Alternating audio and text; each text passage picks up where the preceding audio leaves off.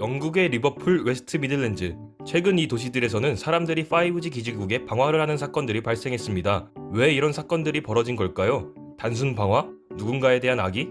아닙니다. SNS에 퍼진 이야기 5G 서비스가 코로나를 퍼뜨린다. 이 어이없는 낭설이 원인이었습니다. 정말 웃긴 이야기입니다. 어이없는 루머 하나가 스스로를 이성적이라고 믿는 현대인들의 비이성적인 행동을 이끈 것이죠. 이번 영상에서는 루머에 대해 이야기해 보겠습니다. 사람들이 루머를 퍼뜨리는 동기는 무엇일까요? 사람은 사회적 동물이라고 불리우는 만큼 다른 사람들과 활발한 사회적 교류를 가지고 살아가는데요. 이 사회적 교류에는 세 가지 목적이 있습니다. 첫째, 주변 환경에 대하여 효과적으로 행동하기. 둘째, 사회적 관계를 구축하고 유지하기. 셋째, 긍정적인 이미지를 통한 자아 존중감 상승. 이 세 가지 사회적 교류의 목적은 각각 루머가 퍼지게 되는 세 가지 동기로 이어집니다. 첫째, 사실 찾기. 신체적으로 환경적으로 위험한 상황들은 사람들의 효과적인 행동을 방해하는데 이는 불확실성을 증가시키고 결국 사람들의 걱정을 유발합니다. 코로나 바이러스의 상황이 적절한 예인데요. 현재 일어나는 사건이 무엇인지 모르겠고 미래에 어떤 부정적인 일이 발생할 것 같은 이런 상황에서는 평소와 같은 일상적인 행동 방식들은 통하지 않습니다. 따라서 사람들은 걱정을 해소하기 위해 현재 상황을 이해하고 미래 상황을 예측하는 것과 같은 사실 찾기를 시작합니다. 그리고 이 과정에서 뉴스와 같은 정보 채널에서 더 나아가 개개인 간의 정보 교환이 활발해지는데 그 결과 루머가 활발히 퍼지게 되는 것이죠. 셰커와 버딕의 실험 결과 불확실성이 큰 상황에서 그렇지 않은 상황에서보다 루머가 2배 가까이 빠르게 퍼졌다고 하네요.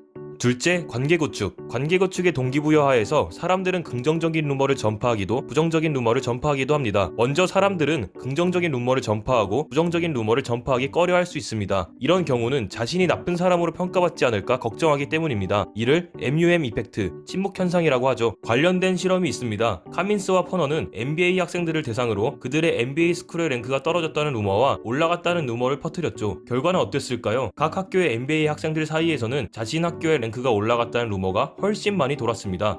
하지만 부정적인 루머를 퍼뜨리는 경우도 있습니다. 정확히 말하면 사람들은 특정한 대상에게는 부정적인 루머를 퍼뜨리기도 합니다. 바로 친한 사람들에게. 이게 무슨 말일까요? 말씀드리겠습니다. 그들이 부정적 루머를 퍼뜨리는 동기에는 악의가 없습니다. 단지 친한 사람들에게 경각심을 주어 그들이 혹시 모를 해로운 결과를 피하는 것을 원할 뿐이죠.